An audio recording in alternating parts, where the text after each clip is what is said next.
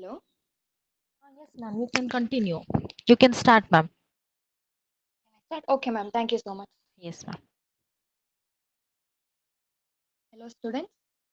Hope you are doing well during COVID-19. So you are safely well settled in your home, and at the same time, you are preparing for your final exams also. Since you don't have classes, regular classes from last 2 and a half months, so IEEE has arranged a series of Gurukul student series for students to help, especially engineering students of VTU. So today's session, that is from 10 to 12 o'clock, will be handled by me. The content will be control systems, that is 18 EC42, sorry, 43, and the contents covered will be module 1 and module 2. Basically consist of physical systems modeling with respect to FI, FV, and TI and TV analogy. And the second module is with respect to transfer function, and again block diagram and signal flow graph. So the main objective of this course is to make you to know that how to write the differential equations for different physical systems, maybe for a mechanical system, maybe for an electrical system, and also for electromechanical system, and analogous to each other also. And the next objective of the module is we have different way of representing the systems, maybe with respect to block diagram, maybe in representation of time domain, maybe in representation of frequency domain. So finally, the transfer function of the total system should remain same irrespective of the method you are using.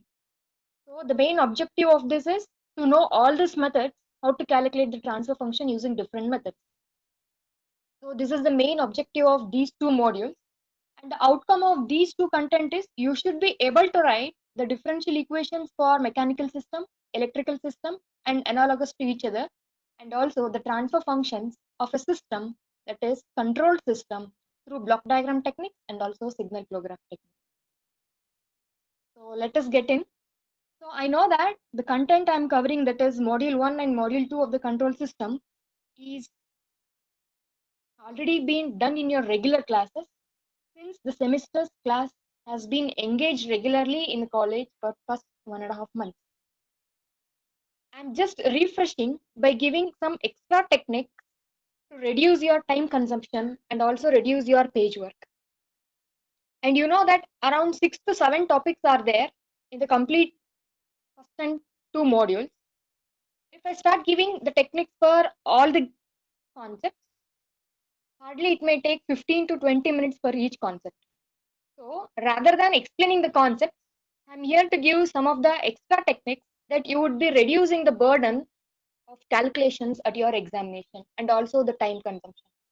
And you should be well know that the answer you have obtained should be right.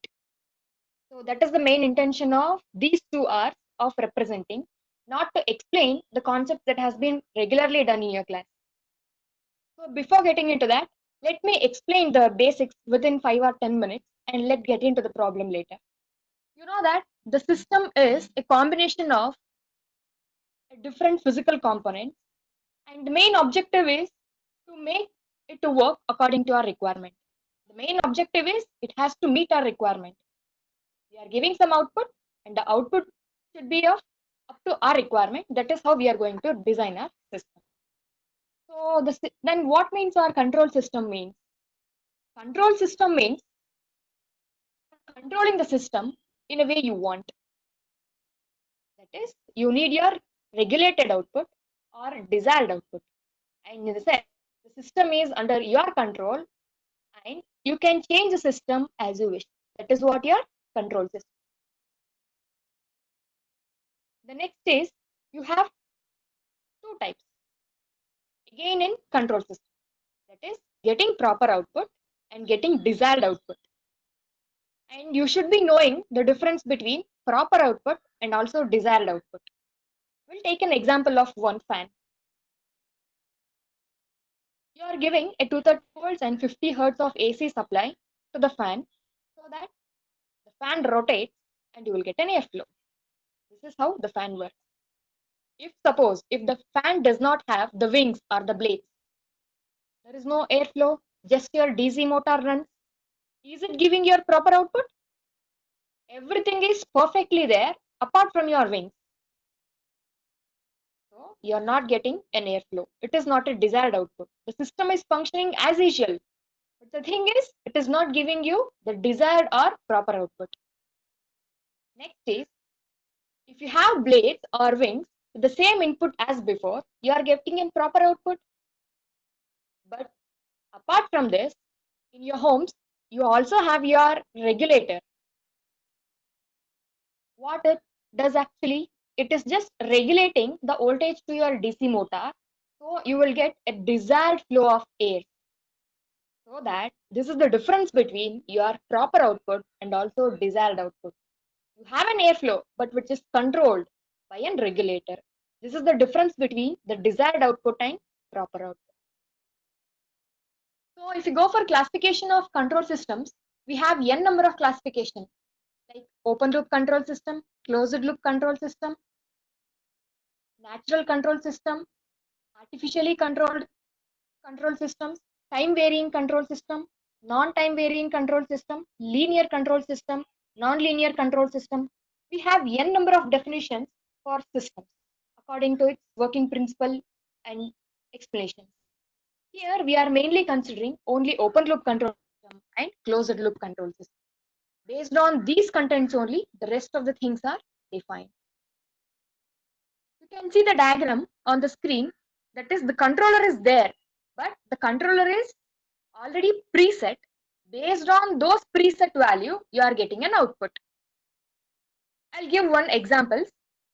That is, you have an electric hand dryer. It is already set to certain temperature. It will generate an air of certain temperature itself, which has been set previously. Go for washing machine. You have a washing machine. You have set your time duration, main wash times, soaking time, and also rinsing time also. It has been preset. Based on your preset value, it start working. If you want to vary your things when the system is working, you cannot do it. Either you have to pause it or you can reset the value. You cannot reset the value as the machine is running. The next example is bread toaster. That is, the timing is set and also the temperature. Irrespective of whether the bread is toasted or not, it will stop working at that time. In the sense, it is not up to our requirement. Human interference is required to decide whether it is proper or not. When you come for closed loop control system, that is not the case. You can see your iron box, not the older one, the newer one. You have a temperature sensor which is connected to that iron part. When the temperature which has been generated from the electric power, it is not used means the temperature will be sensed by the sensor and it will stop the electric flow to the iron. If suppose the temperature sensor was not there, iron would be continuously heating, and it may fire up. If suppose the sensor is there, it will sense the temperature. So the generated temperature is not at use. So it will stop heating of the iron. So this is where your closed loop control system comes into picture. In the sense, it is more accurate, more safe, and also it is more complex. See, when compared to open loop closed control system, the construction is very simple and it is cheaper and best, easy to maintain, and you will get a stable output, and it is not difficult to measure the output also. But with respect to closed loop control system, see the diagram, the output based on the values of the output, it is again fed back to the input at the every instant of time how your machine is working. So in the sense, you can control your machine according to your wish at any instant of time, whether it is working or not working. Hence, closed loop control systems are more stable and more accurate compared to open loop control systems. In the sense, it is costlier and it is complex also.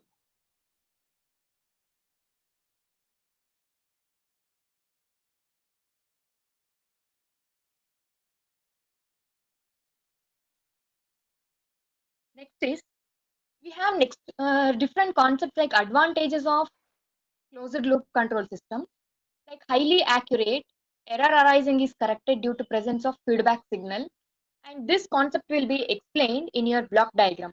And the bandwidth is large, and also sensitivity will make the system more stable. These concepts will be explained in module 3, 4 and 5 because the concept will be with respect to stability in those modules. And disadvantages is it's costlier, complicated to design, and it needs maintenance. And rest of the concepts is related to module 3, 4, 5.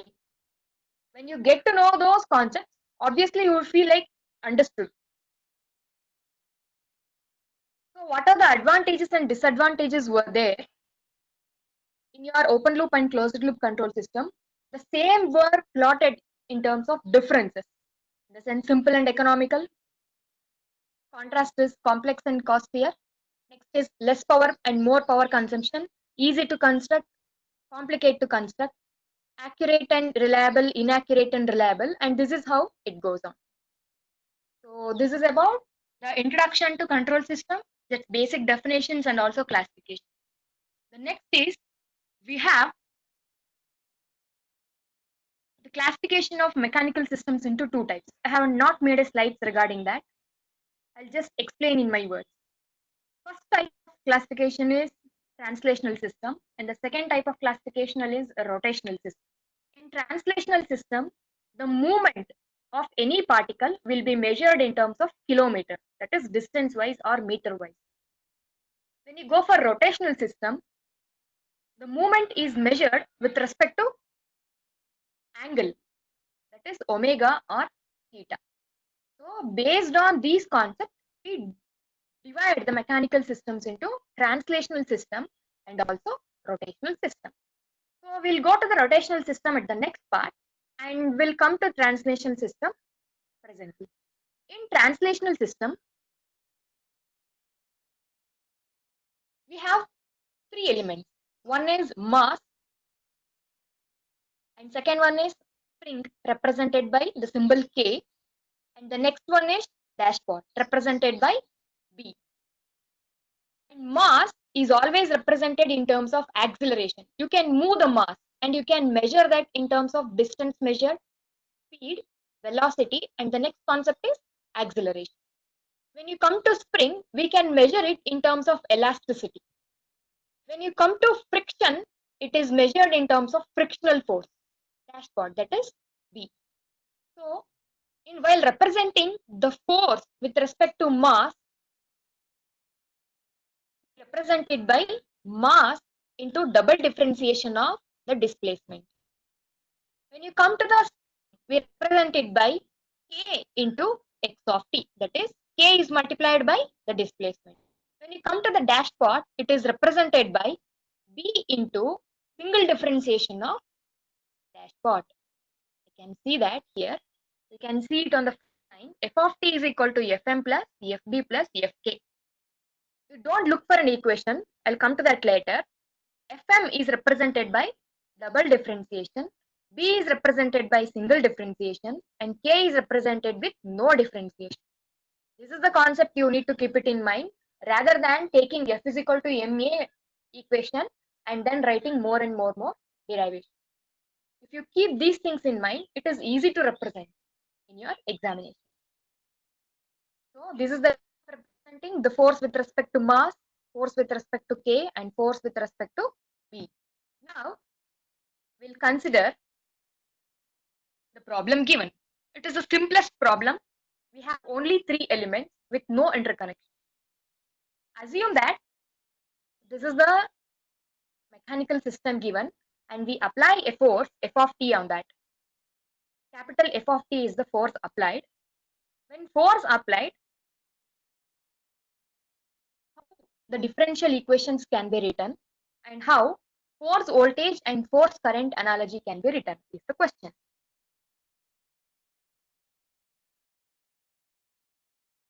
When you apply the force F of t, obviously there will be a displacement of the three elements which are interconnected. Displacement of three elements which are interconnected.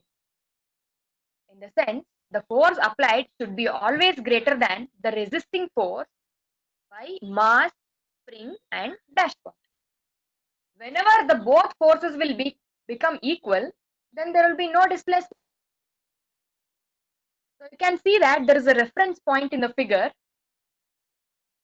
where K is connected to reference point and B is also connected to reference point. When you apply force capital F of T, since these three elements are connected to reference, they will oppose the force applied F of T. They will not just easily move. They will just resist. When the resistance force will become less when compared to applied force, then only there will be a movement of these three elements. Until and unless there will be no movement of these three elements. And the displacement of these three elements is represented by x of t, which is written on the diagram. So I can say that f of t is applied in one direction and the force of mass K and dashpot are going in opposite direction. So hence I have written one nodal diagram stating the f of t is the force which is moving upwards and rest of the force will be moving downwards.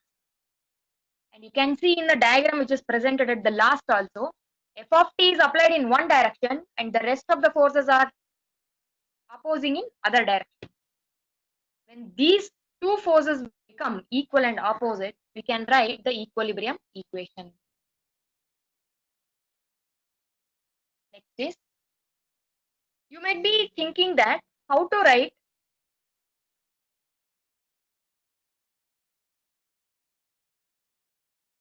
the Fi and Fv analogy using the concepts of like di by dt, dq by dt and d phi by dt. Keep those concepts away. I'll teach you one simple technique. Whenever mass m comes into picture, you keep one thing in mind. Every constituency will have one MLAs, and everybody has been to one KFC restaurant, and even know that it is well-known place in Karnataka that you have BR Hills. Keep these three words in your mind. When M comes, you remember MLA and you replace M by L. You can see at the last line, replace M by L. Since it is FV analogy, F is replaced by V. What is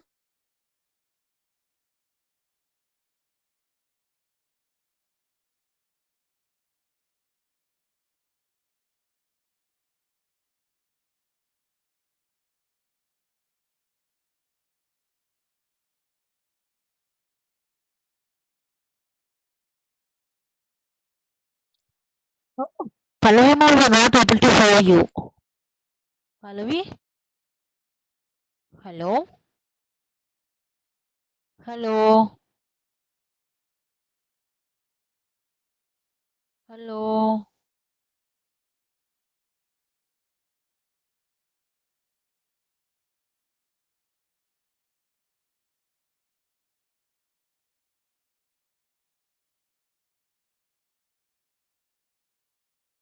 Hello?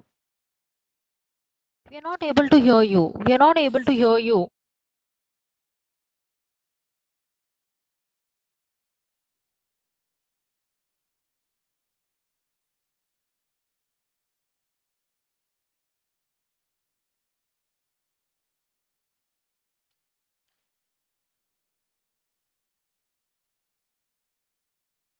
Hello ma'am, we are not able to hear you. Can you respond to us in the chat window? Are you guys able to hear, madam? Can you just post it in the chat window?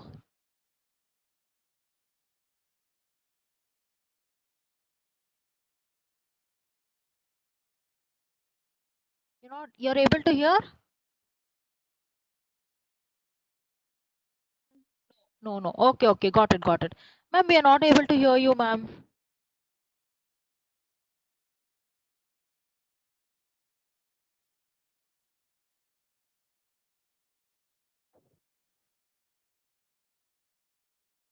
Hello, ma'am. Can you speak? Can you speak now? Can you hear me now? Yes, yes, we can hear you now. Yeah, thank you, ma'am. Yes, ma'am. So we'll continue. Ma'am, I think from the 26th slide. Yeah, I think from 26th slide. Next one, next slide. Yeah. Yeah, I think from here we are not able to hear you. I think this is the Okay. slide, right? Yes, ma'am. You can start from here. Yeah. Hope you got to know that how to write an equilibrium equation like f of t is equal to fm plus fb plus fk. Using this, we just need to write the representation of Fm in terms of differential equation. That is, force with respect to mass is double differentiation of the mass, and force with respect to dashpot, that is B, is single differentiation with respect to displacement.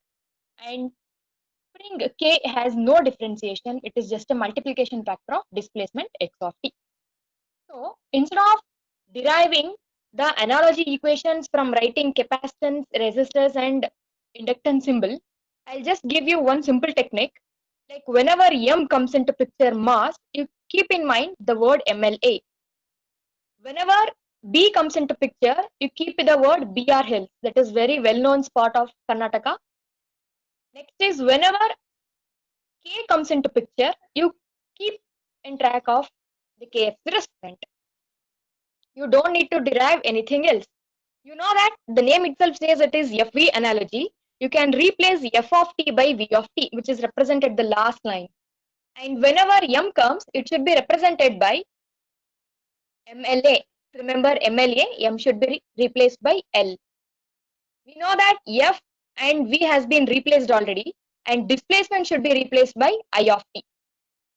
Displacement should be x of t should be replaced by I of t, and BR Hills, B should be replaced by R. KFC restaurant, keep track of K should be replaced by 1 by C, and apply integration once to the equation 2, which is represented at the top. Double differentiation will reduce to single differentiation with respect to mass, and single differentiation with respect to B will get reduced, and x of t, that is K, has no differentiation, and integration will be retained. This is the only technique you need to keep it in mind. That is three words: MLA, BR Hills, and KFC. The thing is, with respect to KFC, K should be replaced by reciprocal of 1 by C, and apply integration once, and this should be the analogy of FV analogy.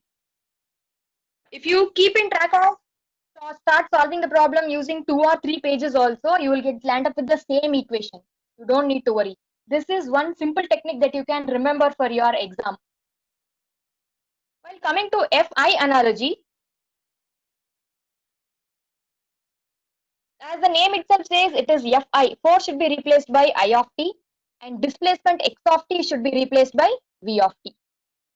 Same concept, apply differentiation. Apply differentiation. The thing is, M should be replaced by C, R should be replaced by 1 by R, and K should be replaced by 1 by L. You can see there, M should be replaced by C, B should be replaced by 1 by R. 1 by R is nothing but conductance, that is G, and K should be replaced by 1 by L. There is no other difference. And apply integration once again to the equation 2, and double differentiation will reduce to single, and differentiation will reduce to part, and x of t will take off integration of v of t at the end of 1 by L. So this is how you are going to get FV and FI analogy. So we'll go for the next problem. That is, it is bit more complicated, but I'll tell you how to write. The force applied here is towards the left part of the spring. So whenever the force is applied on f of t is applied on a spring, you have two displacements with respect to mass m1 and m2, that is x1 and x2. Keeping this in mind, you need to write two equations. So as the number of displacement changes, the number of equations will also get changed. When you apply f of t, the first displacement will be at m1. If you need m1 to be get displaced, the force should be obviously equal to the resistive force. What are the resistive force here? You can see that at the position x1, what are the elements interconnected? The first spring will be named as K1 and the last spring will be named as K2. You have FK1, FM1, FB12. B12 is the dashpot which is interconnected between x1 and x2. And also B1 is the frictional force between the reference and also M1. These are the forces which is opposing the force F of t with respect to displacement x1. So you can see at the equation number 1, F of t should be equal to these forces which are opposing. While coming to the displacement 2, x2, the force transferred from F of t to the displacement x2 is via the dashpot B12. So keeping x2 as your displacement, if B12 is applying the force, what are the things which is getting opposed to these is the force with respect to M2, force of K2 and also the force of B2. So this is represented in equation 2. So the same has been written with respect to differential equation. In the sense, for dashpot B, it is single differentiation of the displacement. Since B12 is in between displacement x1 and x2, it is x2 minus, x1 minus x2. You can ask that why it is x1 minus x2. Since force applied will reach x1 first, then it will reach the x2 point. Hence it is always x1 minus x2, not x2 minus x1. So the same has been carried and we have written the differential equations for all the forces.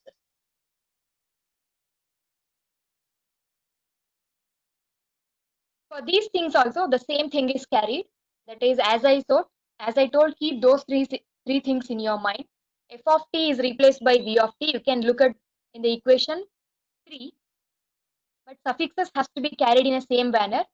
Since f is replaced by v and displacement has to be replaced by I, plus k should be replaced by, remember k is resistant, it is 1 by c, and apply integration I of t into dt, and the same thing is carried. And whatever the equations we have got finally is F V analogy equations, and we need to write the KVL loop for this. In the sense, Kirchhoff voltage law loops. In the first equation, we have the voltage source V1 and we have the resistance R12. 1, 2 indicating it is in between the loop 1 and 2. The resistance is present in between the loops 1 and 2. C1 indicates C is present only in first, hence it is C1. R1 indicates it is present only in loop 1. L1 also indicates it present only in loop 1. Similarly, while going to the next equation, R12 represents, which is carried from the previous equation itself. R12 is present in between loop 1 and loop 2.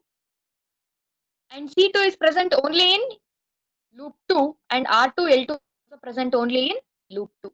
And this is how we write the KVL, Kirchhoff's law voltage loops. While getting into the Kirchhoff FI analogy, it is the same concept. Keeping one thing in mind, we need to represent V1, V2 as your nodes. V1 and V2 as the nodes. By keeping that thing, you can see that R12 is the only element present in between loop 1 and loop 2. Similarly, if you go for Fi analogy, it will be represented in terms of conductance G, but the symbol of R will remain same. So the rest of the part is connected to one node and the rest of the part is connected to one node. You can see that L1, G1, C1 are connected to node V1, C2, L2, G2 are connected to node V2. And as I told, the Fi analogy equation should be replaced in a similar manner as told before. B should be replaced by 1 by R, K should be replaced by 1 by L, and M should be replaced by C with an integration inline. This is about, we are given with the mechanical system and we have done with electrical analogy. In the next problem, we are given with the electrical network and we need to write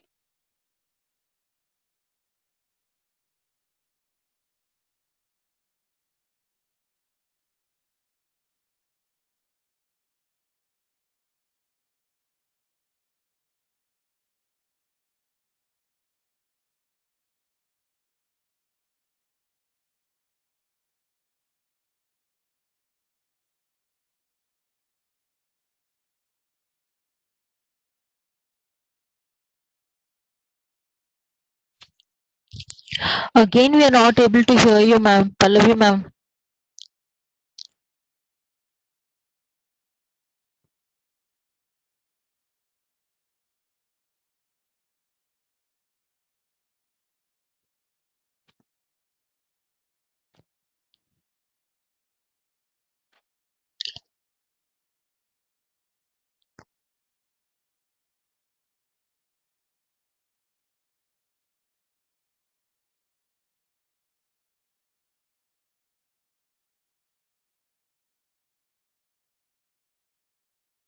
Hello?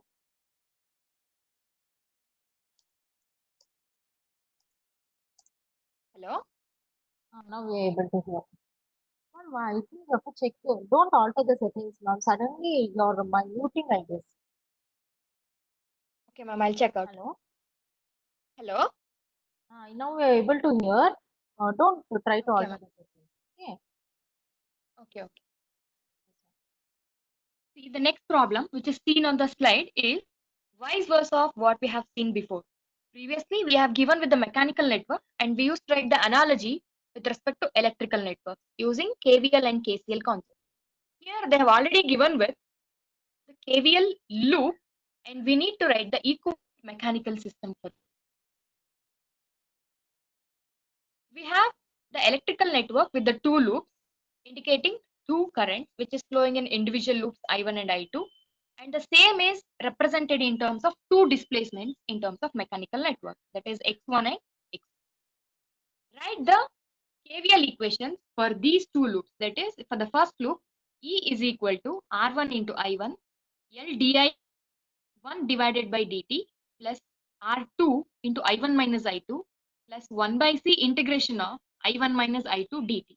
Similarly, for the second loop, using this equation, as I told before, M used to be replaced by L, P used to be replaced by R, and K used to be replaced by 1 by C. Here it is vice versa.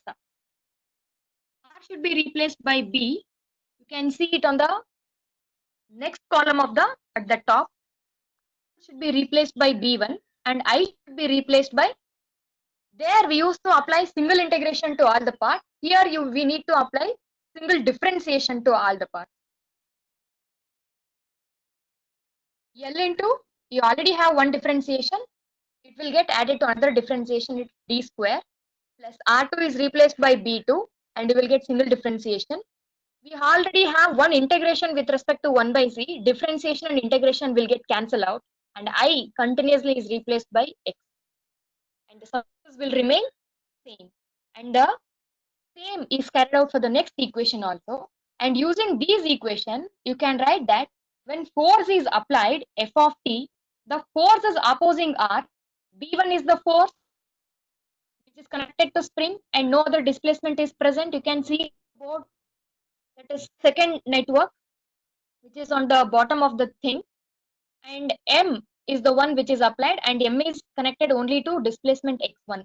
And B2 is the one which is connected to displacement both x1 and x2. And K2 is also the one which is connected to displacement x1 and x2. Coming to the equation, we have B2 and K which is carried from previous equation and B3 is the only element which is directly connected to the displacement x2. So now if you look at the mechanical network, the displacement is present at mass M1 and dash pot B3. This is about how we replace electrical network with respect to mechanical network. Now we have mechanical equations and also KVL equation. If they ask especially Fi and Fv analogy, you need to write Fi analogy also. Since the question is only with respect to like derive the mechanical network with respect to given electrical network, I have just derived the mechanical network. If they ask, you can continue with these contents with the problems as seen before. So this is about the translational system. The next is the rotational system. In rotational system, we have simple concepts like M should be replaced by J. In mechanical translational system, we have mass. Here mass is replaced by moment of inertia J and force is replaced by of translational system is represented in terms of torque. Since force applied in angular direction, we call it as torque. Hence, force is replaced by torque. Instead of TV and TI, FV and FI analogy, we say it as TV and TI analogy. So these are the equivalents of both mechanical and electrical analogies. So we'll go to the problem directly. So this is the given problem of rotational system. Instead of M, we have J's as moment of inertia and K remains same and dashpot also remains same. Instead of telling just spring, it is a rotational spring. Instead of telling dashpot, it is a rotational dashpot. Now the system is completely converted to rotational system. You can see in the left part, as the displacement in regular way of telling, it is represented by x of t.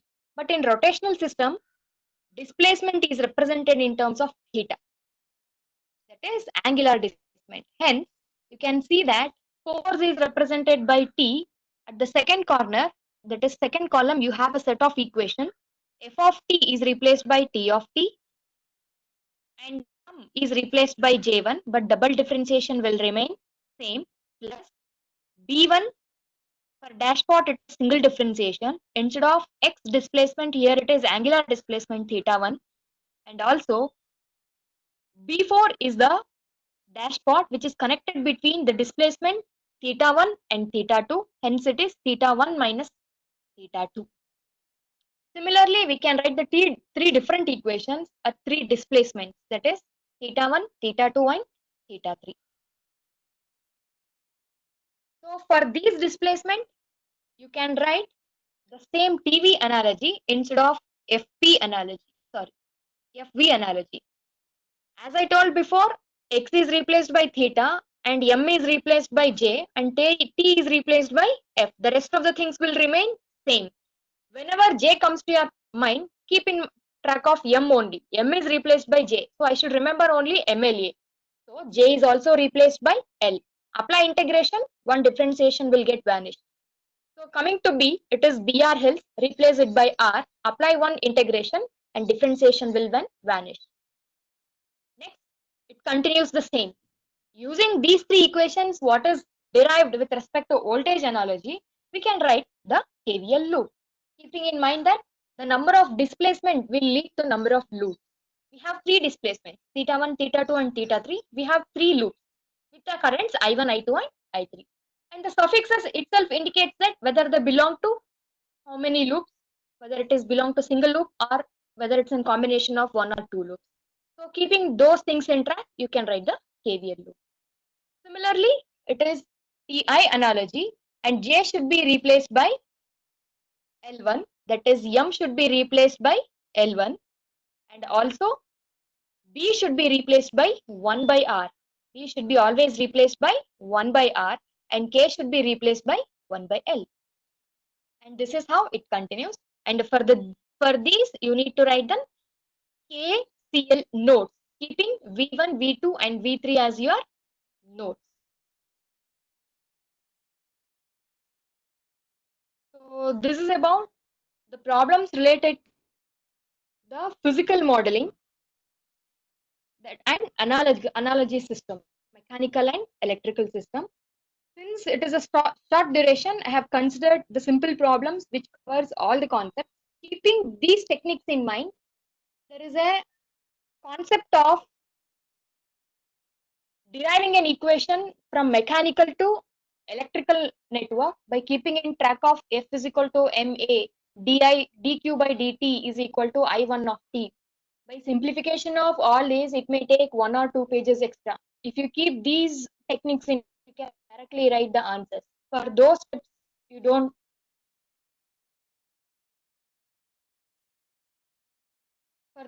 you don't need to waste extra time. That is the intention of this class.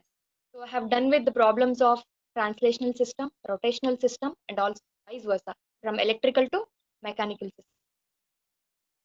So next concept is transfer function. So here I am highlighting only Laplace transform. Why? Because we use only Laplace transformation with respect to your syllabus. But apart from this, you might have studied your Fourier transformation, Z transformation in your signals and systems. The intention of all the transformation is to convert from time domain to frequency domain.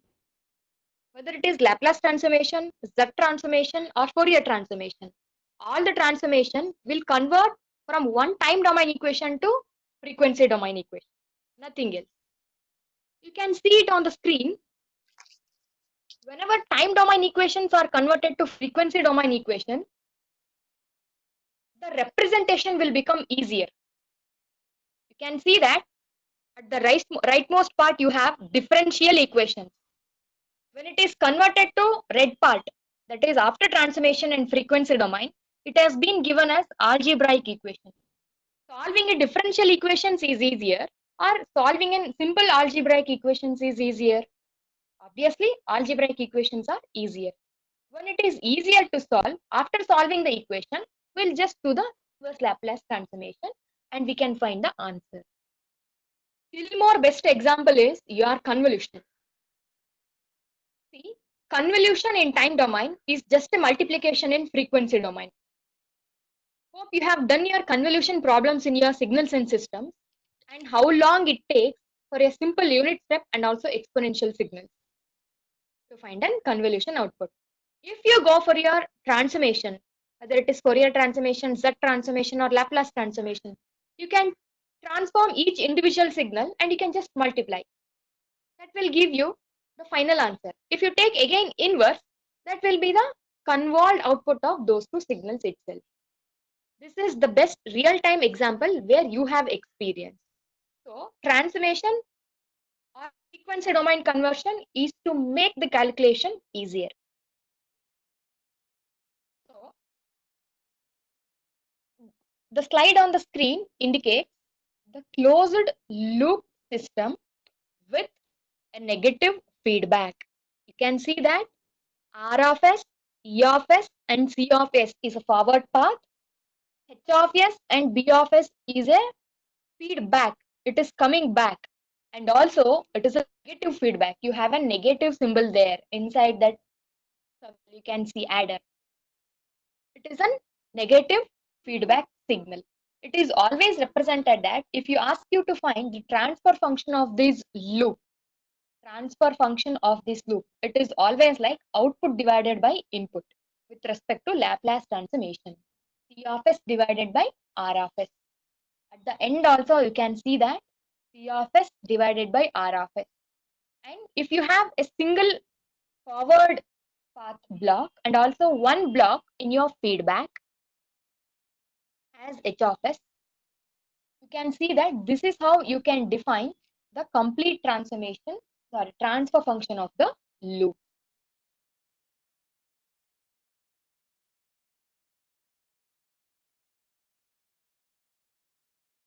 If I start explaining the derivation, it will take more time.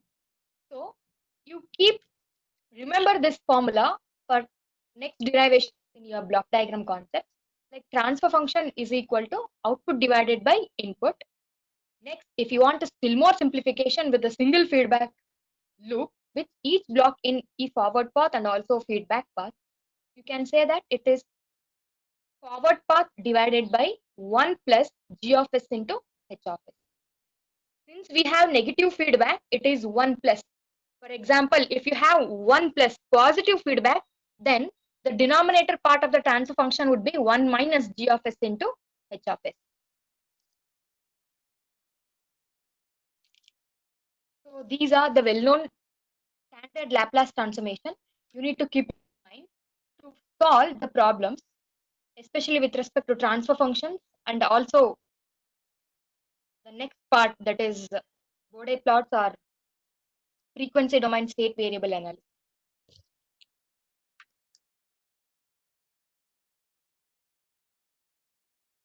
You can see here before transfer function, before applying Laplace transformation and after applying Laplace transformation. That is A system has an input R of t and an output C of t with a system function g of t. And when Laplace transformation is applied, you can see that all the variable is got converted to capital denotation, R of s, G of s, and C of s. You could have asked me a question that transfer function in the time domain equation, like G of t is equal to R of C of t divided by R of t. No, you cannot write it. See, G of s is equal to C of s divided by R of s. Only in Laplace domain, you can represent it as output divided by input. But in time domain, you cannot represent it like G of t is equal to C of t divided by R of t. It is not valid because multiplication in frequency domain is convolution in time domain. Hence, we need to go for Laplace transformation to make this standard notation to work in place. So we have the simple notations, Laplace transformation for resistance, inductance, and capacitance. So in time domain, we have both voltage and current with respect to resistance, and also in Laplace domain. So L is R will remain same. We don't have any other Laplace transformation will not affect the R resistance value, but inductance and capacitance value will be affected by Laplace transformation since they have energy storing capacity with respect to voltage and current. Inductance will be represented by S into L and capacitance will be represented by S into C. And it is applicable as and when, but it should be multiplied by the factor S after applying the Laplace transformation. Keep this thing in mind. So here is one problem stating that they have already given both electrical network and also mechanical network. They have already given both the network, but we need to prove that whether these two networks are analogy to each other or they both are not related to each other like that. Initially, take the electrical network and apply the KVL loops. Before getting into this, you can simply test that we have R. R should be replaced by which element in mechanical system? We have BR hill. B, that is dashpot. Is B is present? Yes. C. C should be represented by K, that is spring. Remembering KFC.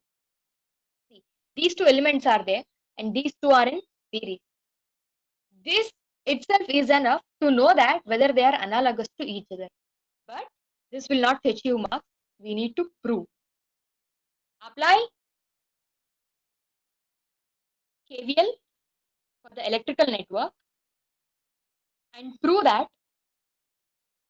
V2 divided by V1 is equal to some value. You just prove that. V2 is what? Output. V1 is what? Input. Transfer function is output divided by input. After applying KVL, apply Laplace transformation. After applying Laplace transformation, you find the value for V2 of S divided by V1 of S. So we land up with the equation 1. Coming to the second column,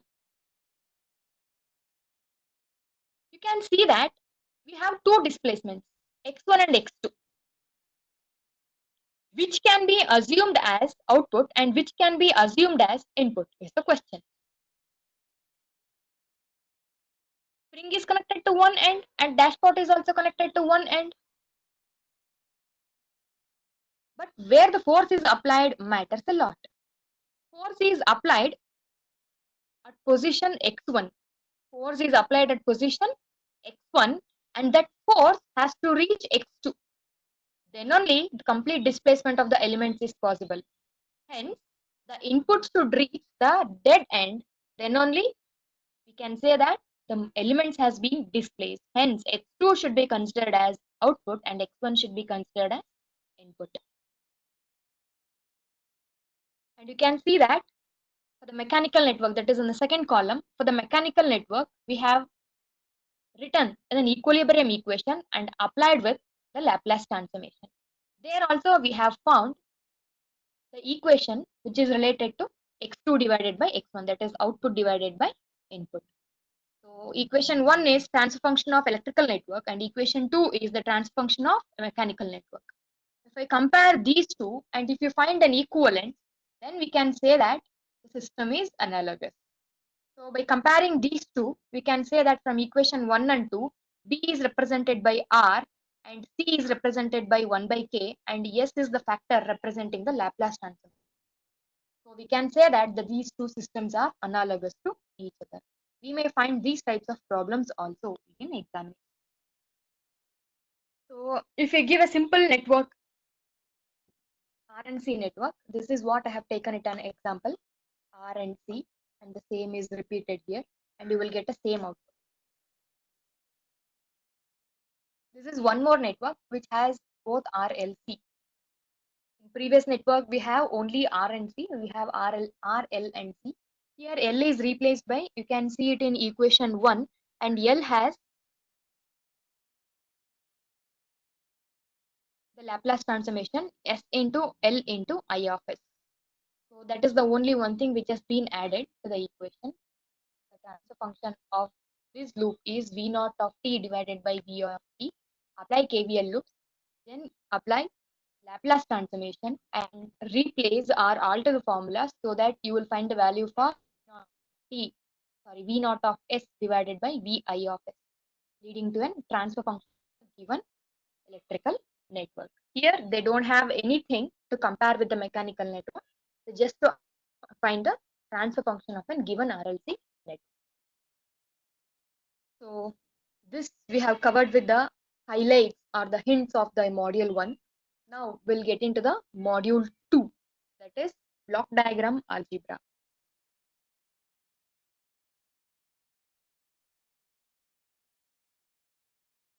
Block diagram are the module 2, which is completely of block diagram and also transfer function and signal flow graph. These are one or the other methods of finding the transfer functions when the systems are complicated with the different or n number of blocks. These are just the techniques to find the transfer function itself when we have more complicated systems with n number of blocks. And we have some of the rules to find the transfer function when we have different blocks. So we'll see that. Every block has an input and also output in any physical system. This is the pictorial representation of a block. For example, assume you have a block with an input x of s and an output y of s, and the block has a value of 3s. You don't think that 3s is something which is getting multiplied. The block already has time domain representation which has been converted to frequency domain. In frequency domain, the value of this block or the function performed by this block is represented by 3s. Okay. Why? Because it is already represented by y of s and x of s, not by the symbol x of t and y of t. Hence, we can just multiply. Output is equal to content inside the block and input. If, for example, if it is in a value of t or n, you cannot just do multiplication, then it will become a convolution. Getting fundamentals of block diagram, if suppose if you have a summing point like this, x is being fed to the block, y is also being fed to the block, but these are added to the content, but z is subtracted from the content. So the output of this block is, we have 3 inputs and 1 output, plus x, plus y and minus z. Next is takeoff point. It might look like x and y axis of your graph, but actually speaking, you can see an horizontal line and assume it as a path. In that path, z is an input signal given and it is flowing in the path. Just see only the horizontal line. Z is the input signal applied and it is flowing in that path. In that, I will tap one point. I'll name it as takeoff point. Then the signal tapped from that point will also be z, because the content flowing in that horizontal path is z.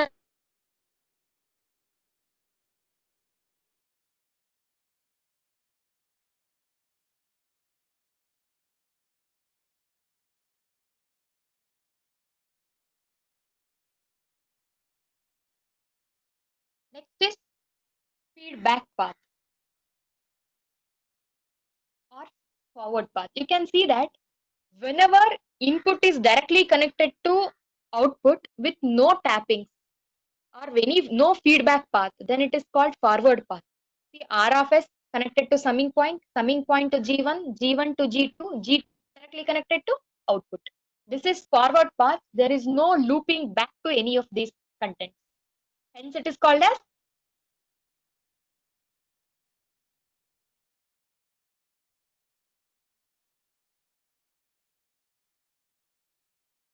the output is tapped and fed back to the input. In the sense, one of the signal is moving back rather compared to your regular direction. Hence, it is called feedback path. There also you have negative feedback and positive feedback. You can see that at the summing point you have negative symbol. Hence, it is called as negative feedback. If suppose at the summing point, if you have a positive symbol for the output of H1 block, then it would have been called as positive feedback path. So next, in our regular VTO textbook, we have seen that around 10 to 11 rules or from 12 to 13 rules also, if you split and take it, reduce the go for block diagram reduction technique. But here I have consolidated to around 6 to 7. For example, if you have two blocks in series, they can be just multiplied. You have an example, right? R1 is an R of S is an input. G of S, G1 for the G1, R of S is an input fed. The output is R1 of S. R1 of S is fed to G2 and output is C of S. You can see the given two equations at the bottom of the diagram. That R1 of S is what? G1 multiplied by R of S. C of S is what? G2 multiplied by R1 of S. If R1 of S is replaced by G1 R of S, what would be the output? So, by considering these equations, we can say that when two blocks are in series, they can just be multiplied. Next is, if the two blocks are in series and if you have a tapping point in between, can you merge them is the question. If there is no tapping point, which is at the upper part of the slide, if there is no tapping from any of these paths for the signal, then we can just combine these three. Since these three blocks are in series, we can just combine. Coming to the diagram, which is at the bottom part, see there is a tapping of the signal for the output of G2 block. At that time, you cannot combine these three blocks continuously. You can just combine G1 and G2 and G3 as it is. So equivalent is written at the bottom itself. So you cannot combine these three blocks, and wherever there is no tapping point and disturbances, you can combine only those 2 points and the rest is kept as it. So if the blocks are in parallel, you can just add and subtract according to the sign given. G1 has positive sign, G2 has negative sign, and G3 has positive sign. And the same has been represented at the equivalent part also. In the sense, when the blocks are in parallel, they are added or subtracted according to the symbols at the summing point. In general, to eliminate the feedback path. So while deriving an equation for transfer function, we have done with the same blocks only. When we have a single feedback loop, that is one block at the feed forward path and one block at the feedback path, we are going to get G divided by 1 plus or minus GH.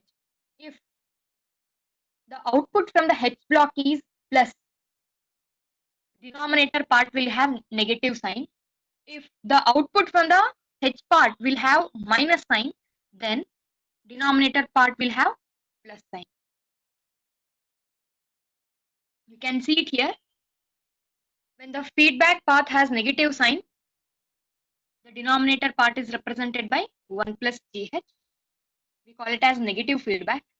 When the feedback is with the positive, we have the equation as 1 G divided by 1 minus GH, which is called as positive feedback path. Whenever you get the blocks like this, you can just simply go for an equation and substitute it and replacing that block. Next is associative law or interchanging of blocks also we can say.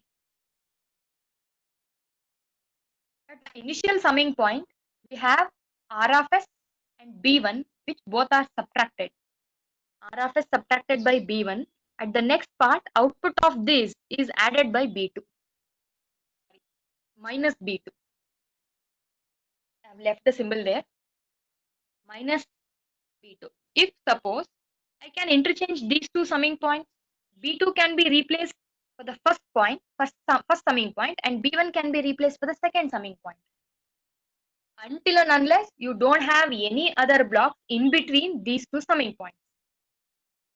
This law is valid if suppose you don't have any blocks or any tapping in between these two summing points.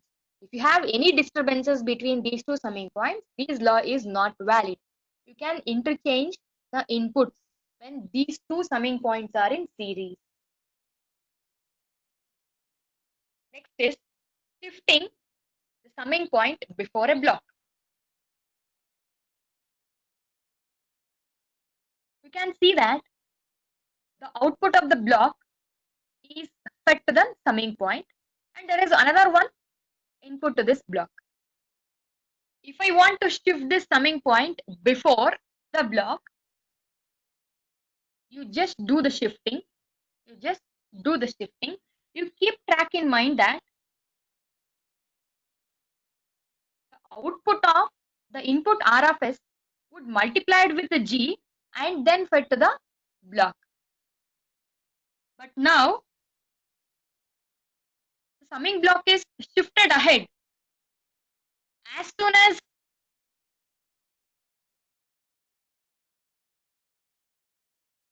the summing point is shifted behind that, it should be divided by G. The thing is, X should be directly added to the R of S multiplied by G, and X should not be multiplied with the G.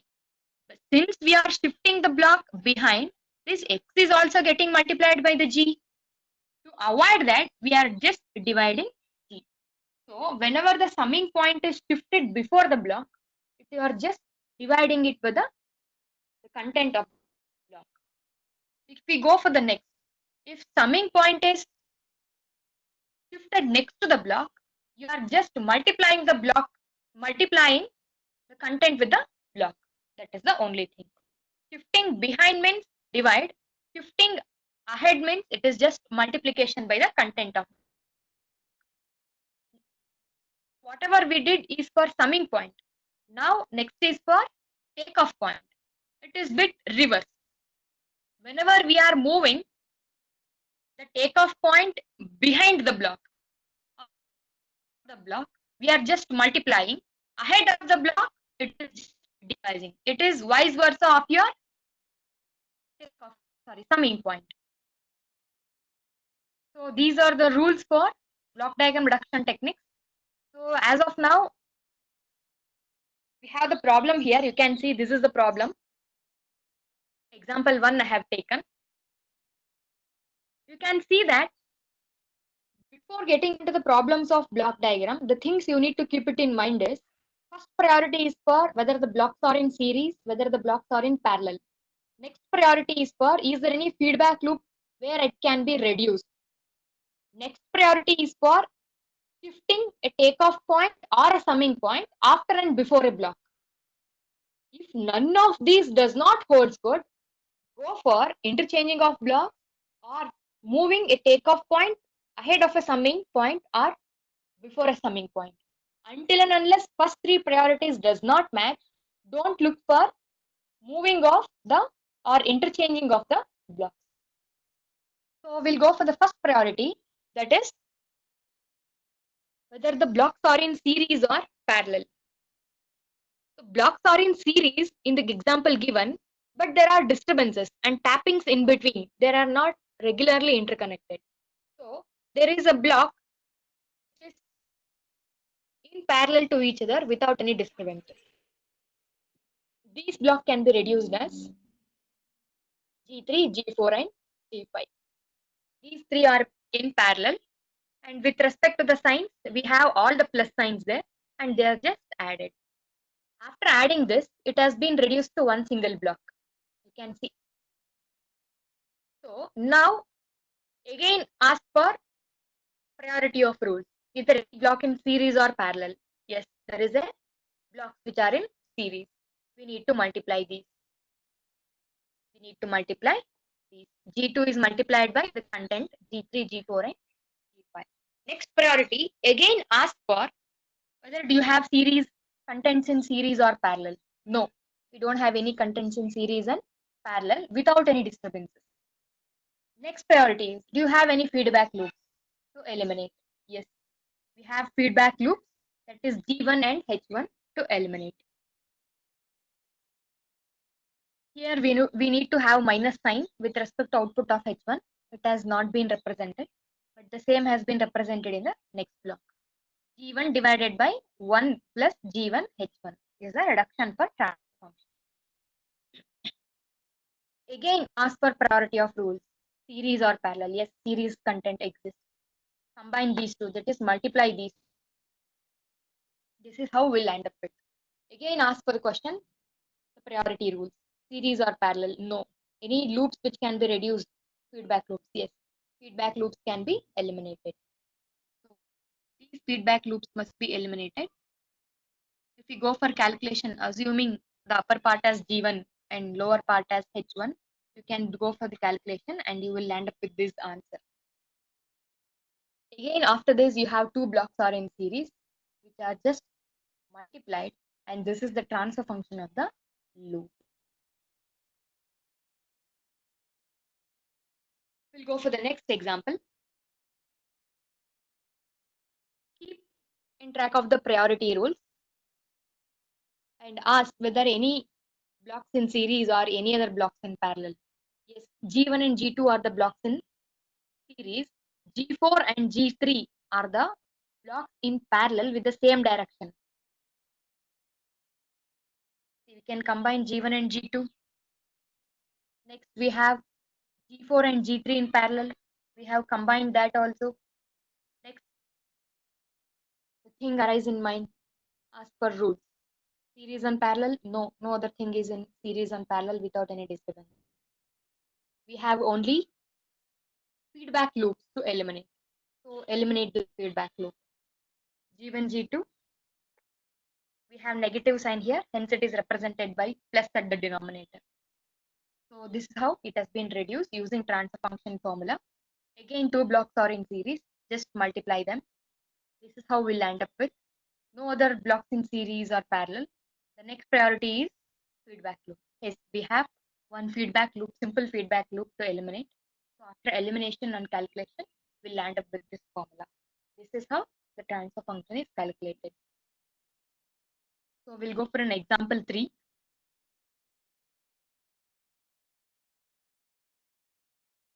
We just ask for, is there any blocks which are in series or which are in parallel which can be combined? This is first priority. No blocks is in series, that is without any disturbance or tapping the signal in between or summing points in between. So you cannot combine anything. Next priority. Is there any feedback loop, simple feedback loops to eliminate? Yes, we have simple feedback loop to eliminate. After eliminating this, we'll end up with this format. G1 remain as it is, G3 will remain as it is. Between you will get one loop. So these three blocks will become in series. Just multiply them. So this is how we'll end up with. So again, we don't have the things in series and parallel. The next priority is, do you have anything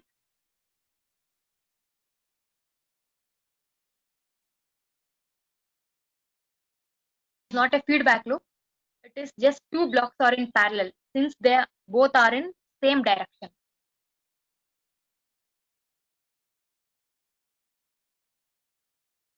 Since they both are in same direction, those two are in parallel. So combine these two blocks, that is add G5 plus the content of the next block. Next, these two blocks will become in series. Multiply with this. Again, we have simple feedback loops. to eliminate, apply transfer function formula. So this is the content we'll end up with. And finally, we write the transfer function. Next is example number 4. You can see that you don't have any blocks in series and parallel to eliminate. Next is any simple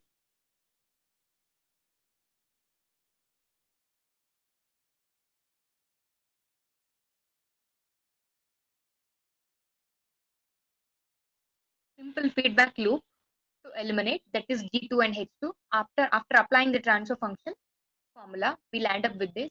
Since the sign at the feedback part is negative, we have positive symbol here. So after this also we don't have any blocks in series or parallel.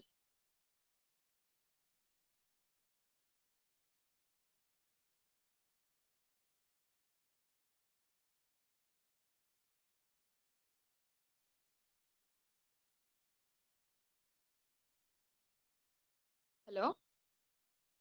Hello? Hello? Yes, ma'am, we are able to hear, but your voice is going out, coming in, going out, coming in, ma'am. Hello. Ma'am, my slides are... Hello? Yes, your slides are also not visible. Ma'am, someone like Varshita CR took the post. Who took host? Varshita. Varshita. Huh.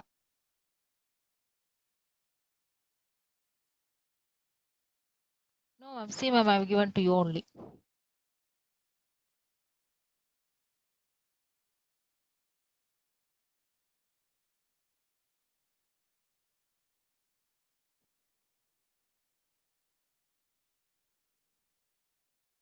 Check, ma'am, now. Yeah, now it's visible, ma'am. Hello? Yes, it's visible now. Now, this appears to be a bit complicated because why I have taken 3 or 4 examples means after the priority of rules, this is the third rule is getting into an existence where changing the order of summing point. That is, after reduction of simple L feedback loop, we are getting the block diagram simplification like this, and we need to exchange the summing order now. As I told, since there is no interference between these two summing points and there is no tapping between these two summing point 1 and 2, the inputs can be altered. That is, the input to the summing point 1 can be given to summing point 2 and the input to the summing point 2 can be given to the input as the summing point 1. The inputs to the summing point can be interchanged only if these two summing point are in series and no tapping or no other blocks in between. So taking that rule into consideration, see, output of H1 is fed to summing point 2 and the feedback part which is at the above part will be fed to summing point 2. So this is how it is considered, and now we get a simple feedback loop which can be eliminated using transfer function formula. Using this formula, you can simplify the loop and we get 2 blocks which is in series. So these 2 blocks can be combined, that is multiplied, and we get the feedback loop like this.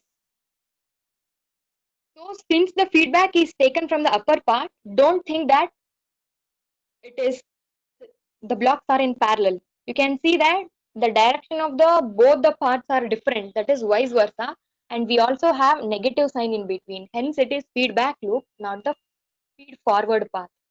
So we can apply the same formula as we'll have in transfer function.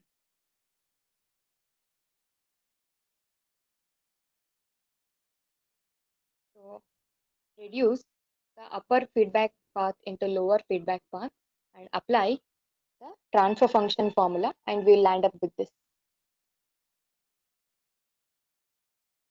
So this is one of the rule which has to be considered, that This is a rule, not a problem. See, we have three inputs to one summing point. We have three inputs to one summing point at the first diagram, and the same thing can be split into two summing points. In the sense, initially two inputs are added, and the output of those is fed into another summing point, and another one input is added to that. Finally, the answer will remain same. In the sense, when summing point will have more than two inputs, it can be splitted into two summing points. This is the main criteria behind this. So this is the next example we have taken. First, we'll look for, is there any priority rules which can be applied, whether any series or parallel blocks which can be simplified. I think no, none of the blocks are in series any without any disturbance or blocks or tappings in between. So next priority rule is eliminating the simple feedback loops. Yes, we have one simple feedback loop. Before getting into that, we need to split the summing point, I think, because you can see the second summing point where you have three inputs. So I will split that summing point into two inputs at a once and one input at the second. You can see that I have splitted the second summing point with the three inputs to the two summing points, one for two inputs and another one for output of the first summing point and the another one input. This is how I can split the summing point. So after splitting this summing point, I can eliminate the simple feedback loop. So eliminating simple feedback loop, we have negative sign. So we'll land up with the plus symbol at the transfer function. Then two blocks will become in series with the G2. We can multiply these two. After multiplication of these two, again no blocks are in series or parallel. Again we have simple feedback loop to eliminate. With the elimination of this feedback loop, we have minus symbol. So at the end we land up with plus. Two blocks will become again in series, multiply these two, and again apply the second priority rule, that is eliminating the simple feedback loop. We'll end up with this transfer function. So the main criteria of taking n number of examples is all the block diagram reduction techniques cannot be applied in a single block diagram, for example, or problem. So I think I'm covering all the reduction techniques in one or the other example. So next is, we have covered almost all the block diagram reduction techniques apart from moving a takeoff point or summing point behind and after the block. Apart from these two, we have done with all the block diagram rules or reduction techniques. In this example, we'll see that also. So, first rule, none of the blocks are in series or parallel to combine. Next rule, to eliminate any simple feedback loops. No, none of the simple feedback loops is present to eliminate directly. If you want the feedback path to be eliminated, we need to move the takeoff point ahead of a block or before the block. See, the takeoff point is moved, we are taking the takeoff point next to the block G3. There is no rule that I should move that takeoff point only. You can move the takeoff point which is present after the block G3 to the behind the block G3 also. There is no rules that you should use this takeoff point only to move ahead or behind. You can go as you wish. Only make sure that by moving this takeoff point or summing point, you are able to reduce the block diagram to some extent. So here I am moving the takeoff point which is before the G3 to the point after G3. So what is the thing I have told you? Whenever the takeoff point is moving or moved next to the block, it has to be divided. It has to be divided. See, G3 is moved next to the block. When it is moved next to the block, the tapping will contain the output up to G2. It will not contain the G3 value. So whenever you move this takeoff point next to the G3, so G3 is also getting added to that. So we need to eliminate. Hence it is division of G3. Now You can see that two blocks G2 and G3 are in series and 1 divided by G3 and G5 are in series. We can eliminate that. Now we have two simple feedback loops. One is upper feedback loop and second one is lower feedback loop. At the upper part, it is two blocks are in parallel. It is not the feedback path because both the path directions are same. They are not in reverse direction. Hence, they can be added. Here, in the next part, we have the direction of both the paths is different. Hence, it is feedback loop. And we have the symbol as negative. Hence, we get the positive symbol at the denominator here. So, after eliminating this loop, we'll get three blocks which are in series. So, multiplying all this, we'll end up with this content, and we have one simple feedback loops to eliminate using transfer function formula which have negative sign. So simplification of the content in the upper block will result in this content. So you can see that the simplification is also done on the screen. So after doing simplification, this feedback loop elimination is done. Since it is minus, next content will be, denominator content will be plus. So this is regarding the block diagram reduction technique. Hope using all example, that is 7 example, I have covered all the block diagram reduction techniques rules. So next is signal flow graph. Signal flow graph is also one of the technique to reduce or to find the transfer function of the complicated systems like block diagram itself. Here, instead of block diagram reduction technique, we use Mason's gain formula and also n number of small things will come into it to contribute for Mason's gain formula. Using that technique, we solve the problems related to signal flow graph. We can see that block diagram is a pictorial representation of sequence of events. That is, output of this block is fed to this, next block is fed to that, and output of one block is fed as feedback to another block. So this is the pictorial representation of flow of sequence. Flow of sequence of events are also complete complicated system is represented with different individual events. But signal flow graph is a graphical representation. It just gives the relationship between two variables. For example, you can see the block diagram is reduced to signal flow graph, and I'll let you how it is being reduced. Here, all the takeoff points and all the summing points are represented as nodes. You can see that R is an input which is represented. Again, E is the output which is represented as node, and Y3 is also represented as node. Y2 is also represented as node. Y1 is the takeoff point which is represented as node, and it goes on. The content inside the block of the block diagram is represented as gains of the path in signal flow graphs. You can see that between R and E, what is the input flowing? No, it is 1. Again, between Y3 and Y2, what you have? The gain is G1. You can see that Y3 and Y2, the gain is G1. The block in between these two summing point is G1.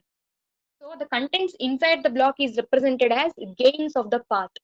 If suppose same is considered like between Y1 and Y3, you can see that H1 is the with a minus symbol. Minus H1 is the gain of the path between Y1 and Y3, which is in reverse direction. The directions remain same, but the contents inside the block is taken as gains of the path. All summing points and takeoff points is considered as nodes. So here we have three types of nodes, that is input node, output node. The other nodes which is present in between are called as mixed nodes. And you can also see that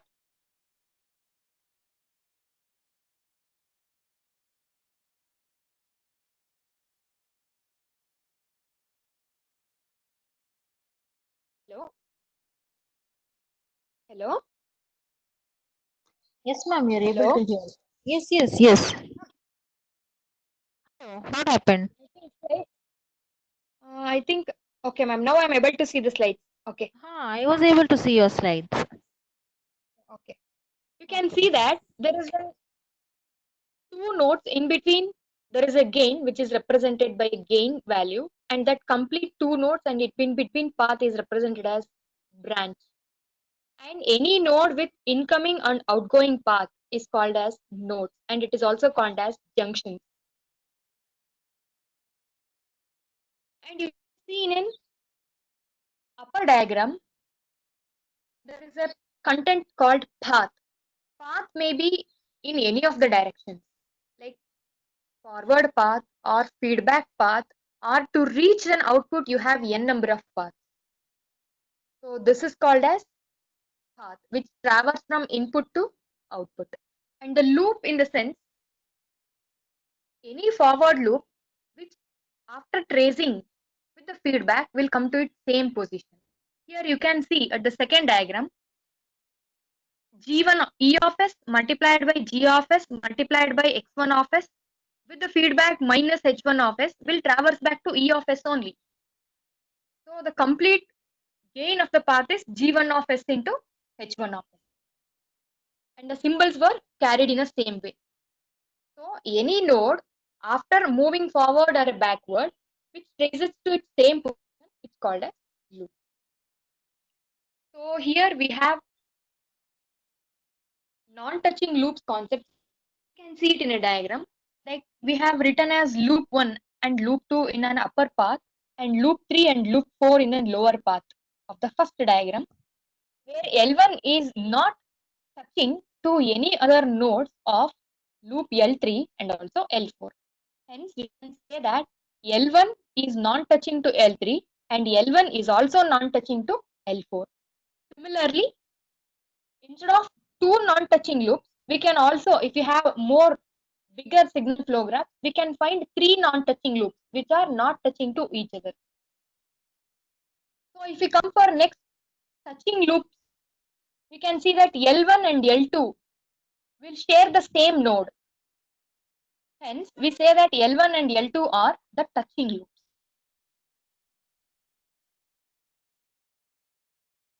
Next concept is forward path gain. Forward path gain is nothing but any path which traverses from input node to the output node without tracing in a backward direction. That is called as forward path gain. For example, if you see it here, I'll just trace the nodes. You can see R of s, 1, E of s. Next with the gain G of s, we have x1 of s, G2 of s, x2 of s, G3 of s. It finally reaches Y of s. This is one path. So I have another path, R of s, E of s. From the point E of s, I'll not go to the x1 of s. I'll directly jump to the G4 of s to Y of s. This is also one path. Without tracing back, it is directly leading to the Y of s output. Another one path is R of s, E of s, x1 of s, x2 of s, but it will take the lower path minus 1 and also lead to the Y of s. We are not tracing anywhere back, but they are leading to the final destination Y of s. Hence, these types are called as forward path gains.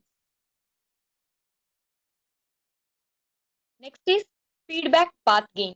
For example, if you consider the loop E of s and x1 of s, in between the node E of s and x1 of s, if you consider the loop, the gain of that loop is g1 of s into h1 of s, and the sign is carried.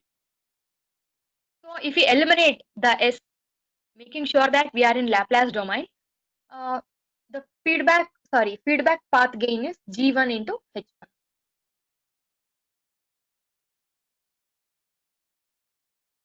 So here is the concept of non-touching loops. And as I told you before, you can see here we have three loops which are non-touching to each other.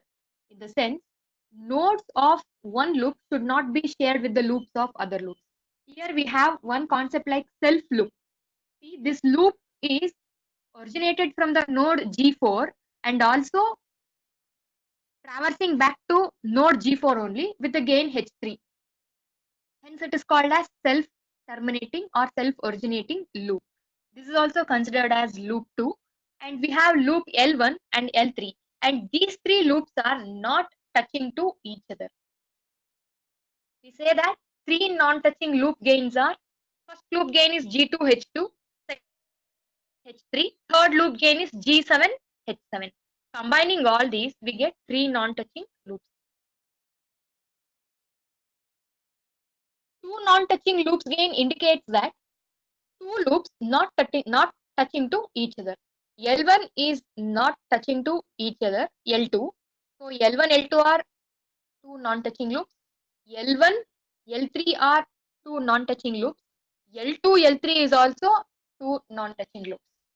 So this is how we can combine these three, two non-touching loops and also three non-touching. So in your problems, concept of three non-touching loops arising is very, very rare condition. So this is the Mason's gain formula.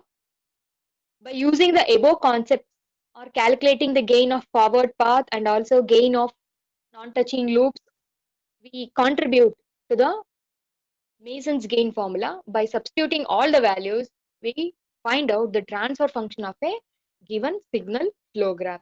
As I told before, whether it is in block diagram technique, using Laplace formula or using signal flow graph, we are finally finding the transfer function of an physical system. So this is one example taken where R of S is an input and Y of S is an output. L1, L2, L3, L4 are the loops present here. So we can find the path for output Y of S from input R of S. G1, G2, G3, G4 is one path. That is one forward path. Forward path is nothing but without tracing back, we are just finally constituting to output. Similarly, we have lower path G5, G6, G7, G8. These two constitute the two forward paths of the given signal flow graph. You can see it here. It is highlighted in two different colors. That is light pink and dark pink color. P1 and P2 indicate forward path gains. And the gains also been substituted there itself. These values has to be carried to the next part substitution. See that there are individual loops. L1, L2, L3, L4. Gain of L1 is G2H2, L2 is G3H3, gain of loop 3 is G6 and H6. And similarly, this carries over. So these are individual loops in the sense gain of individual loops. Next is gain of two non-touching loops. So can we trace out which are the non-touching loops here? L1 is not touching to L3. L1 is not touching to L4. Similarly, L2 is not touching to L3 and L2 is not touching to L4. But the gains of these two has to be substituted here.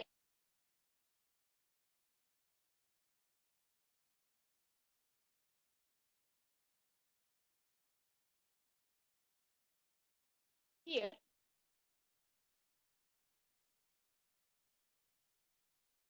we have Mason's gain formula. P1, P2, P3 indicate forward path gains of the formula. You can see it here.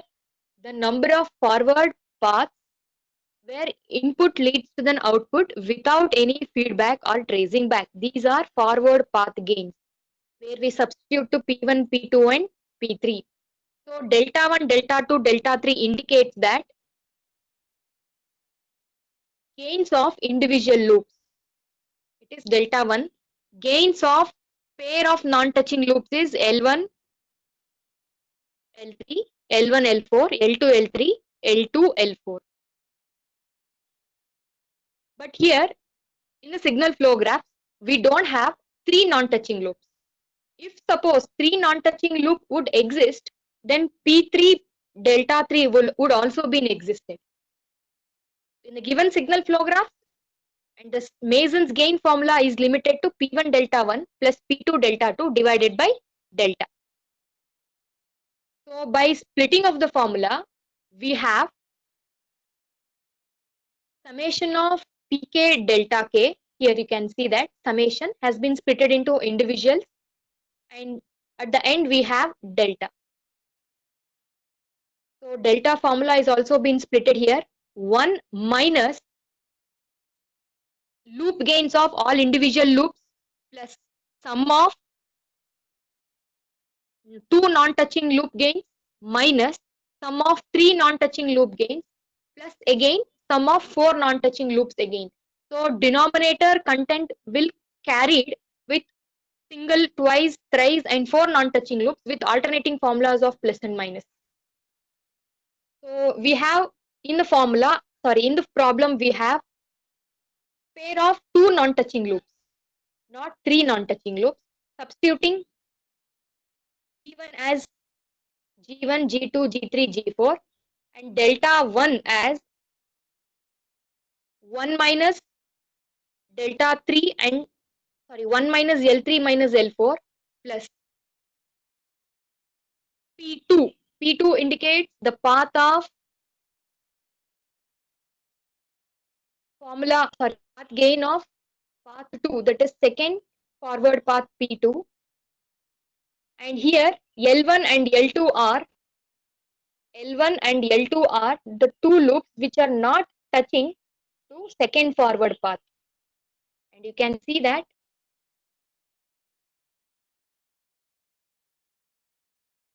L3 and L4 which are substituted with the P1 gain formula. L3 and L4 is not touching the first forward path, that is upper path. So hope you are understanding now. Forward path P1 multiplied by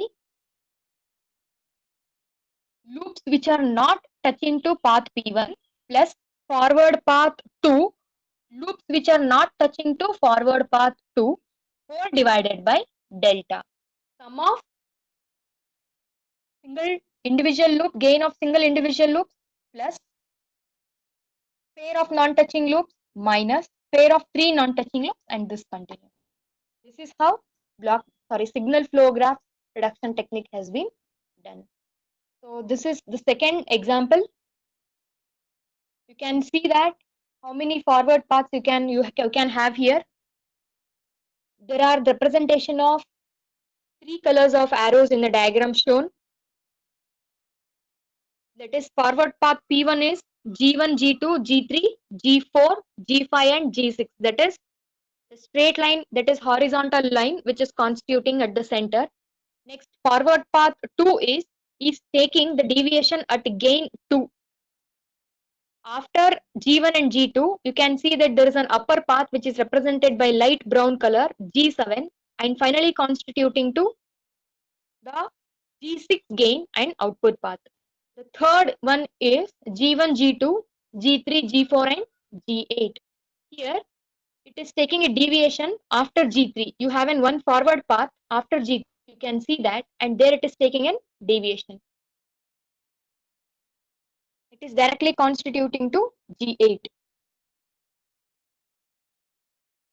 So next is here also we find how many single loops are there. See, we have loops L2 like G2, G3. This the colored highlighted part is one loop. You can see that, and L3 green color highlighted part is one loop. You can see that, and this is considered as loop 1. Here we have L2, L3 and here we have L1, L4, L5. So finally we have 8 loops here. Finally we have 8 loops here. So next work is we have 3 paths, forward paths, P1, P2, P3. We need to find the loops which are not touching to path P1. So I think all the loops are touching to path P1. Hence, delta 1 is 1. And while coming to path P2, we need to check for what are all the loops which are not touching to loop, sorry, path 2. There it is only G4 and minus H4. This is the only loop which can be seen on the highlighted by green color is the only loop which is not touching to each other, which is not touching to path P2 because path P2 will take deviation after G2 it will go to G7. Hence they are nowhere interconnected. It is not touching. Hence delta 2 is the only loop which is not touching to forward path P2. So while coming to delta 3, there is no loop which is not touching to path T3. Hence it is also 1. So delta 1 is 1. We have the formula as Mason's gain formula P1 delta 1 plus P2 delta 2 plus P3 delta 3. Delta 2 is the only value present. We have calculated in the previous slide. Delta 1 and delta 3 is equal to 1. The same has been substituted. So similarly, considering all the values of P1, P2 and P3, and delta is, as I said, 1 minus loops of all individual gains plus loop 2 non-touching loops. 3 non-touching loops does not exist here. Hence, delta ends at 2 non-touching loops itself. So substituting the values of all L1, L2, L3, which is present here, we land with the final answer. So that is the transfer function of the given signal flow graph. So in previous slides, I told you how to reduce the block diagram into signal flow graphs. But we have one special case that where simultaneous equations can also be given, and you need to substitute those simultaneous equation to signal flow graphs. I'll tell you why. So the output variable is in the given slide is y. Y is always the output. So these output variables to be considered as nodes like y2, y3, y4, y5, y6 and y1 which is taken at some other input part. These things should be considered as nodes. So keeping in track of that, if I consider first equation y2, T21 is the gain for the input node y2 from the node y1. So from y1 to y2, we have one path with a gain T21. Next is from y3 to y2, we have one path with the gain T23. So which is, you can see that at the first row of the, it is drawn. The next is y3, equation for y3. Y3 has an input from y2 with the gain T32 and y3 has an input from y3 itself with the gain T33. In the sense, it is a self loop or self-originating or self-terminating loop, and it also has input from y1. Similarly, if we start drawing all the things and combining at the last, and this is the signal flow graph we get. So after drawing the signal flow graph, we can go for similar steps like calculating the forward paths, calculating the individual loops, calculating the pair of non-touching loops, and also substituting the same in Mason's gain formula. We will end up with the transfer functions of the given signal flow graph.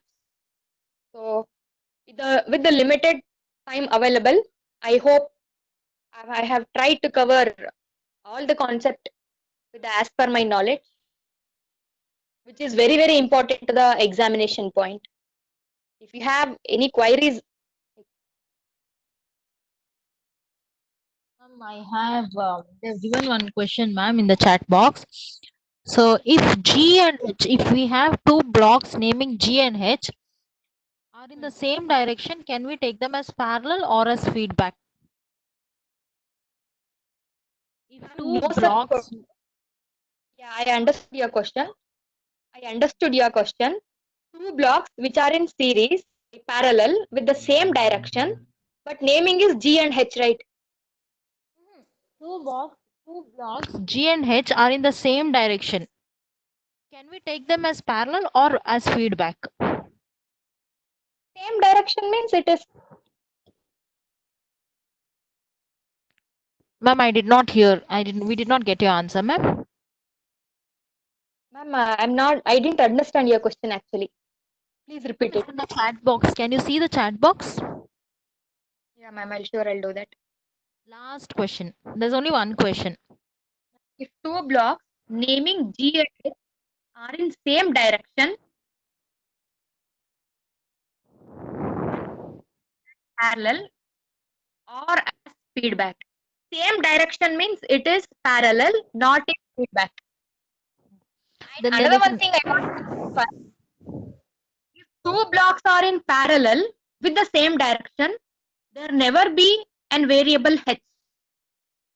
Nobody will give with a variable h. If they are in the same direction, they will give with the variable g itself. If Ma'am, one more prices, question.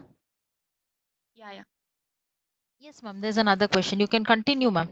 You can see the chat box and answer, ma'am. There are some questions. Next question is how to determine the output and input based on displacement alone in the mechanical system in case of analogy system.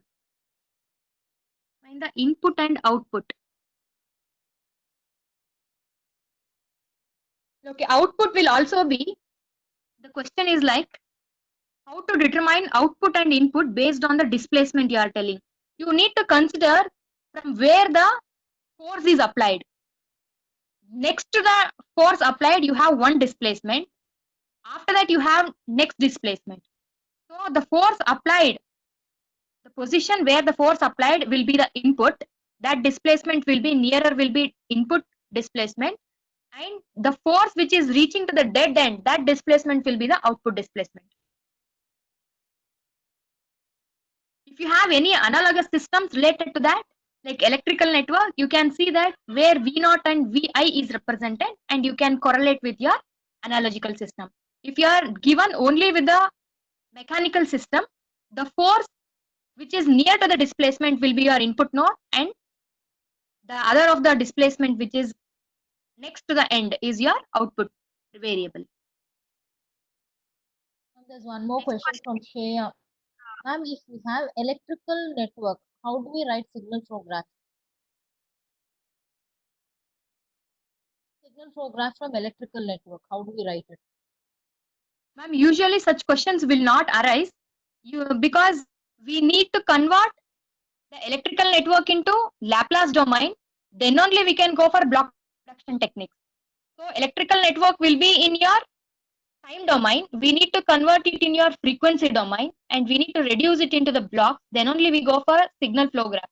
We cannot directly go for Is signal asked because the electrical network. are going. Well, this question is asked because some universities, private universities, they're not giving theory questions.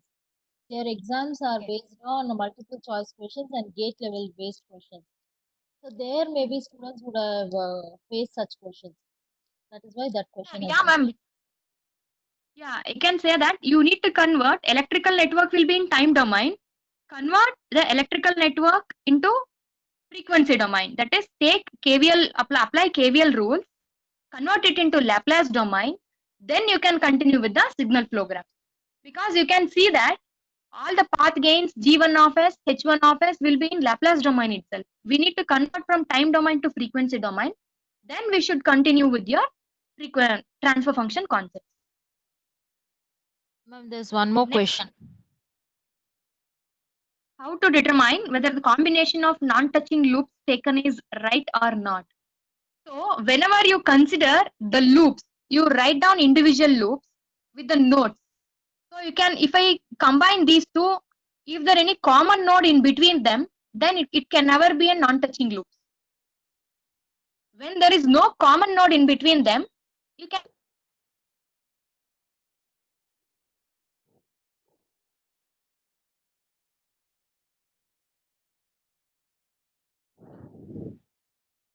loops with the node.